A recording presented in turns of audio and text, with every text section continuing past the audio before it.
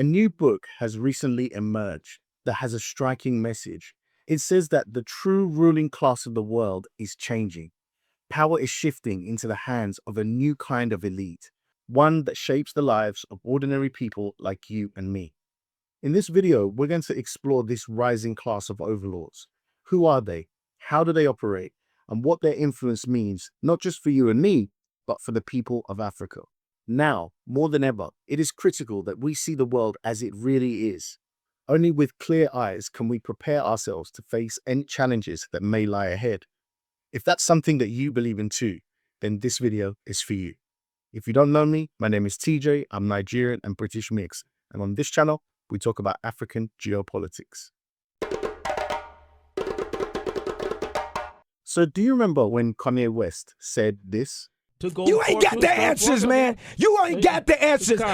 You ain't got the answers. You ain't got the answers, Sway. At the time, people called him arrogant or delusional.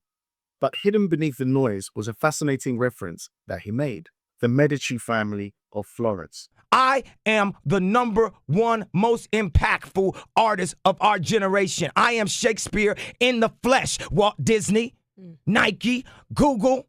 Now, who's going to be the Medici family and stand up and let me create more? Or do you want to marginalize me till I'm out of my moment? See, the Medicis were known for being bankers, but they became much more than that, becoming true architects of power in the 14th and 15th century Italy. And in that time, Italy was the center of the world. Across generations, they financed wars, shaped art, produced popes, and funded thinkers who built modern Europe. They did not just make money, they made systems of power. They sponsored Michelangelo, Leonardo da Vinci, and they did that not out of kindness, but because they believed these systems, including art, were weapons of influence.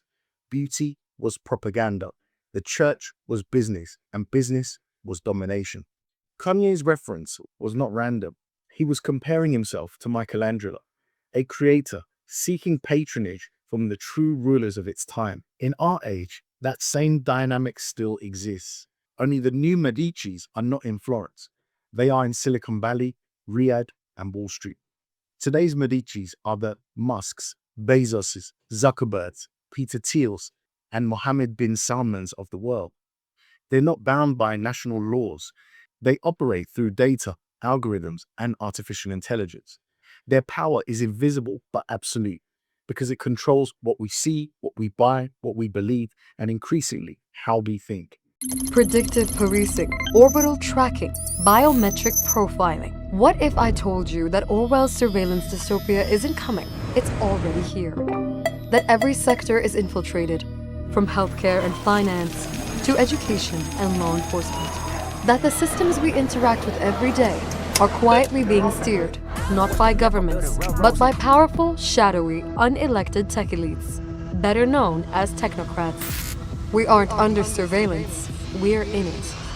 According to the book that I mentioned earlier, The Hour of the Predator, this new elite thrives on disruption. It describes them as predators, but not everyone sees them that way.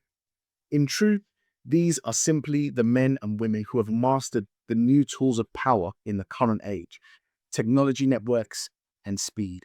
They are conquerors, not in the traditional sense, but rather pioneers in a world that governments struggle to keep up with. While old political systems move slowly, these tech billionaires act fast. They're agile, they're experimental, they're digital first.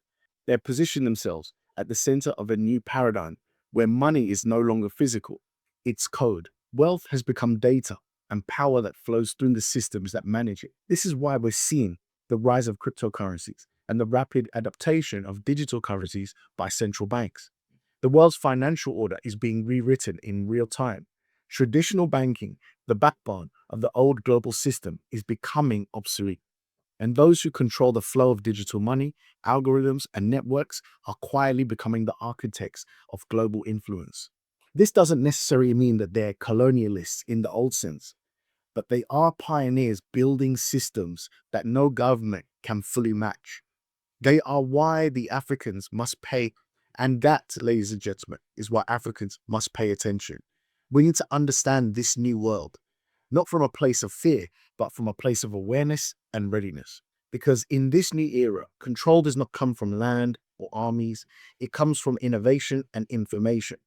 Africa must recognize we're living through a technological revolution just as significant as the industrial one. The countries that adapt first will lead, and those that wait will be controlled. So imagine if African nations develop their own systems of digital currency, their own AI models trained on African data, and their own networks of innovation, not to isolate, but to participate in this new world from a position of strength. The message is that this new class of power represents the new language of power, and Africa wants to be heard in that language. In fact, we must learn it fluently. So it's a must that even you, everyday individual, every business, and every government across Africa understands the foundation of this new world: artificial intelligence, cryptocurrency, blockchain technology. These are not just buzzwords, they are the building blocks of tomorrow's power structures. At the individual level, this means educating ourselves about these new technologies, how they work, how they affect jobs, our finances, and even our privacy. You must interact with them, play with them, use them, trial and error until you understand them as best as you can. At the business level, it means innovating, adapting, and finding ways to integrate digital solutions that make us globally competitive.